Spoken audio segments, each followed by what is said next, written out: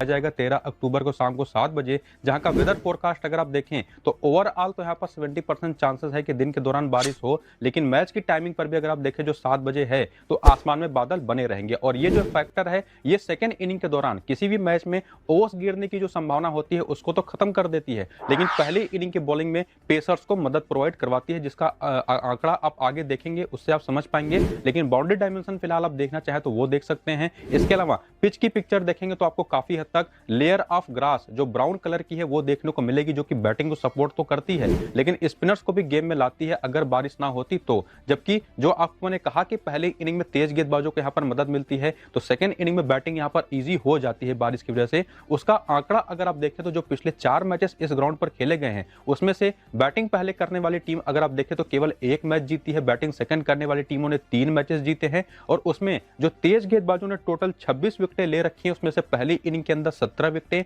तो second inning के अंदर केवल 9 विकेट है। लेकिन वहीं पर स्पिन गेंदबाजों ने जो 22 विकेटें ली हैं उसमें से पहली इनिंग में 13 तो सेकंड इनिंग में 9 विकेटें। तो ये जो नंबर ऑफ विकेट्स हैं पहली और सेकंड इनिंग और उसमें जो डिफरेंस है यही चीज काफी हद तक क्लियर कर देता है कि किस इनिंग की बॉलिंग में या बैटिंग में कैसे आपको प्लेयर्स को प्रेफरेंसेस देनी है। तो इस पिच रिपोर्ट को पूरा ओवरऑल समझ लेने के बाद आगे बढ़ते अपने प्लेयर सिलेक्शन के प्रोसेस को शुरू करें तो उसमें विकेट कीपिंग सेक्शन में आपके पास 3 ऑप्शन दिखाई पड़ेंगे, कुशल मेंडिस, साई होप और आंद्रे फ्लेचर का, जो कि दिनेश चांदीमल टी20 में जनरली प्लेइंग 11 में नहीं रहते। वो प्लेइंग 11 भी आगे आपको मैं बैटिंग ऑर्डर के साथ दिखाने वाला हूं। और इसमें भी कुशल मेंडिस का अगर आप आंकड़ा देखेंगे तो पिछले करीब 5 मैचेस में अगर आप देखें तो 45, 0, 56, 26 और 32 की 5 पारियां हैं, जो कि दिखाता तो है कि अच्छे फॉर्म में है। और वेस्ट इंडीज के खिलाफ लेकिन इनके आंकड़े देखें तो वो खराब है, 2 मैच में केवल 11 रन और डाम्बुला के इस मैदान पर भी 9 मैच में केवल 204 रन है। और इनकी एक कमजोरी है दाहिने हाथ की तेज गेंदबाजी, जिसके खिलाफ केवल 14 का एवरेज है। तो सामने की टीम में समार जोसेफ और साथ ही साथ अल्जारे जोसेफ जैसा 2 ऑप्शन है जो इनको परेशान कर सकता है। वहीं पर साई होप के आंकड़े देखें रिसेंट फॉर्म में तो पिछले 5 मैच में 22, 56, 27, 28 और 56 की 5 पारी है, जिसमें 2 हाफ सेंचुरी भी है। और इसके अलावा राइट आर्म मीडियम पेस और लेग स्पिन इनकी 2 कमजोरियां हैं, जिसमें राइट आर्म मीडियम पेस के खिलाफ केवल 22 का एवरेज तो असिता फर्नांडो है। इसके अलावा लेग स्पिन के खिलाफ 13 का एवरेज है, वानिंदु हसरंगा जैसे बॉलर इनको परेशान कर सकते हैं। और उसमें आंद्रे फ्लेचर जो कि आज के इस मैच में अगर खेल गए तो एक सबसे बड़े ट्रम्प हो सकते हैं। उसका रीजन अगर आप देखें तो पहले तो रीसेंट फॉर्म, लास्ट मैच पे 93, उसके पहले 15, 32 और 62 की 3 और पारियां। श्रीलंका के खिलाफ भी शानदार आंकड़ा है, 5 मैच में 193 रन, 38 का एवरेज। और इस मैदान पर डाम्बुला में 4 मैचेस इन्होंने अभी जुलाई 2024 में खेले थे, वहां पर 4 मैच में 179 रन, 44 के एवरेज के साथ इन्होंने बनाए थे। और इनकी भी एक कॉमन कमजोरी है, वो है लेग स्पिन बॉलिंग, जिस पर केवल 10 का एवरेज है। तो वानिंदु हसरंगा तो गेम में इनके खिलाफ बने रहेंगे। वहीं पर आगे बढ़े और जैसा कि आपको मैंने कहा कि विकेट कीपिंग सेक्शन में 3 ऑप्शन है, तो उसमें से फिलहाल तो मैं कुशल मेंडिस और साई होप के साथ ही जाऊंगा, लेकिन अगर आंद्रे फ्लेचर खेलते हैं तो इनको मैं कुशल मेंडिस की जगह पर अपनी टीम में ले लूंगा। और बैटिंग सेक्शन में देखें तो ब्रैंडन किंग और पथुम निशंका, इन दोनों को तो हम लेकर के जाएंगे भी, बढ़िया फॉर्म में है, बढ़िया प्लेयर्स हैं इस तरीके की पिचेस पर शुरुआत में बैटिंग करने के लिए, इन दोनों को लेकर के कोई डाउट है नहीं। लेकिन 2 डिफरेंशियल प्लेयर्स हैं, एक है चरित असलंका, दूसरे हैं कुशल परेरा। इनका अगर आप आंकड़ा देखें तो वहीं से चीजें आपको समझ में आएंगी। चरित असलंका का रीसेंट फॉर्म अगर आप देखें तो पिछले 5 मैच में एक 106 रन की पारी है और एक 138 नाबाद की पारी है, जो कि इन्होंने अभी वनडे डोमेस्टिक में खेला है, जो कि जबरदस्त फॉर्म इनका दिखाता है। वेस्ट इंडीज के खिलाफ भी एक मैच में 68 रन है। डाम्बुला के इस मैदान पर इनके आंकड़े थोड़े से खराब है, टी20 में 8 मैच पे केवल 107 रन है, 2 विकेटें हैं। इनकी जो कमजोरी है वो दाहिने हाथ की एक्सप्रेस पेस बॉलिंग, जैसे कि अल्जारी जोसेफ और समार जोसेफ दोनों के है सामने की टीम में 18 का एवरेज है। और ऑफ स्पिन जिसके खिलाफ इनका केवल 24 का एवरेज है, तो रोस्टन चेज इनके खिलाफ गेम में रहेंगे। वहीं पर कुशल परेरा के आंकड़े अगर आप देखें तो पिछले 5 मैच में बहुत अच्छे फॉर्म में तो नहीं है, केवल 2 अच्छी पारियां 46 और 46 रन की हैं। वहीं पर वेस्ट इंडीज के खिलाफ देखें तो वो आंकड़ा काफी बेहतर है, 6 मैच में 188 रन और 31 का एवरेज। और डाम्बुला के इस मैदान पर इनके आंकड़े देखें तो 4 मैच में 113 रन है,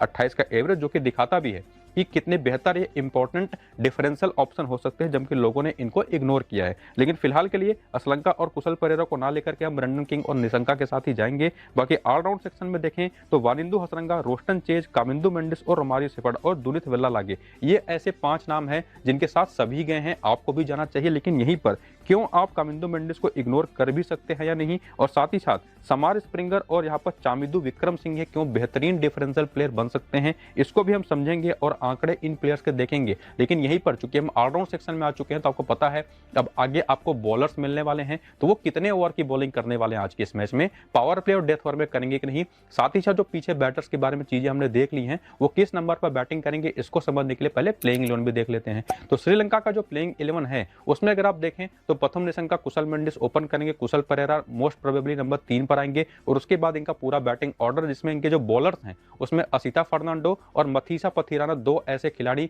जो कि पूरे 4-4 ओवर की right arm medium fast bowling करेंगे, पावर प्ले और डेथ ओवर में बॉलिंग करेंगे, और उसके अलावा वारिंदु हसरंगा और महीश तीक्ष्ण दो ऐसे स्पिनर लेग स्पिन और ऑफ स्पिन के जो पूरे 4-4 ओवर की बॉलिंग तो करेंगे, और वारिंदु हसरंगा डेथ ओवर में और महीश तीक्ष्ण तो आपको पावर प्ले में भी बॉलिंग करते हुए देखने को मिलेंगे। इसके बाद वेस्ट इंडीज का अगर आप प्लेइंग 11 देखें जिसमें ब्रेंडन किंग और एली कैथानेस मोस्ट प्रोबेबली ओपन करेंगे, उसके बाद साई होप और बाकी का बैटिंग ऑर्डर जिसमें इनकी बॉलिंग देखें तो रोमारियो सेफर्ड, अल्जारी जोसेफ और यहां पर समार जोसेफ, तीन दाहिने हाथ के तेज गेंदबाज जो पूरे 4-4 ओवर और पावर प्ले डेथ ओवर की बॉलिंग करेंगे। इसके अलावा इनके पास गुदाकेश मोती और रोस्टन चेस जैसा दो स्पिन ऑप्शन भी है, जो कि हो सकता है इसमें से गुदाकेश मोती के उतने ओवर ना हो, लेकिन रोस्टन चेस पूरे 4 ओवर करेंगे और साथ ही साथ पावर प्ले और डेथ में भी बॉलिंग करते दिखाई पड़ सकते हैं। तो प्लेइंग 11 और बैटिंग ऑर्डर को देख लेने के बाद, मेन बॉलर्स के बारे में समझ लेने के बाद वापस उसी ऑलराउंड सेक्शन में आए, और जैसा मैंने आपको कहा था कि समार स्प्रिंगर और विक्रम सिंघे दो बेहतरीन डिफरेंशियल हो सकते हैं, इसके लिए अगर आप आंकड़े देखें तो ऑलराउंड सेक्शन में दुनिस वेल्लालाके के बारे में भी देख लेते हैं,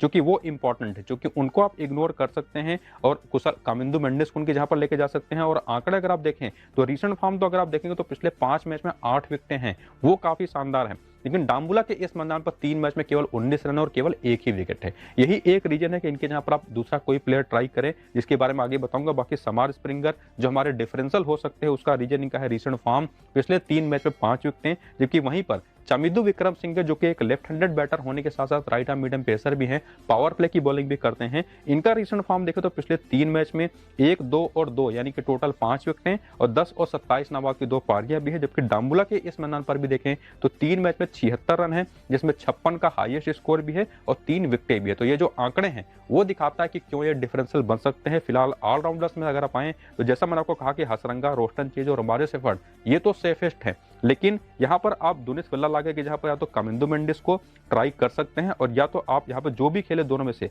समार स्प्रिंगर या विक्रम सिंघे अपनी अपनी टीमों में उसको ट्राई कर सकते हैं। फिलहाल के यहाँ पर मैं सेफ जाऊंगा कामिंदो मेंडिस के साथ, और बॉलिंग सेक्शन में जाकर के देखेंगे तो अल्जारी जोसेफ और मतीसा पथिराना को सभी ने लिया है, लेकिन यहीं पर महीश तीक्ष्ण और समार जोसेफ दो डिफरेंशियल ऑप्शन आपके पास है। इसका रीजन समझने के लिए अगर आप आंकड़े देखें तो महीश तीक्ष्ण जो कि ऑफ स्पिन बॉलर हैं, अभी सीपीएल खेल करके आए हैं, रीसेंट फॉर्म इनका पिछले 5 मैच में देखें तो टोटल अगर आप देखें तो 2 बार 3-3 विकेटें हैं, 2 बार 1-1 विकेट है, जो कि जबरदस्त है। लेकिन वेस्ट इंडीज के खिलाफ 1 मैच में कोई विकेट नहीं है। डाम्बुला के इस मैदान पर 6 मैच में 6 विकेट है, तो इनका रीसेंट फॉर्म इनके पक्ष में जाता है। वहीं पर समार Joseph right arm fast bowler है और एक्सप्रेस पेस बॉलिंग के खिलाफ श्रीलंकन बैटर्स की कमजोरी आप जानते होंगे, जो कि पीछे आपको ने बताया भी। और इनका रीसेंट फॉर्म देखें तो इनका भी पिछले 4 मैचेस में 2 बार 3-3 विकेट, 2 बार 1-1 विकेट है, जो कि जबरदस्त आंकड़े हैं। तो इन सभी आंकड़ों को देख लेने के बाद फाइनली मैं समार जोसेफ के साथ फिलहाल अभी के लिए जाऊंगा, और जो टीम बनेगी उसमें हसरंगा कप्तान और वाइस कप्तान होंगे रोस्टन चेज, और फिलहाल ये होगी हमारी प्री टॉस टीम, जो कि फाइनल बिल्कुल नहीं है, क्योंकि फाइनल टीम आपको टॉस के बाद इस पूरे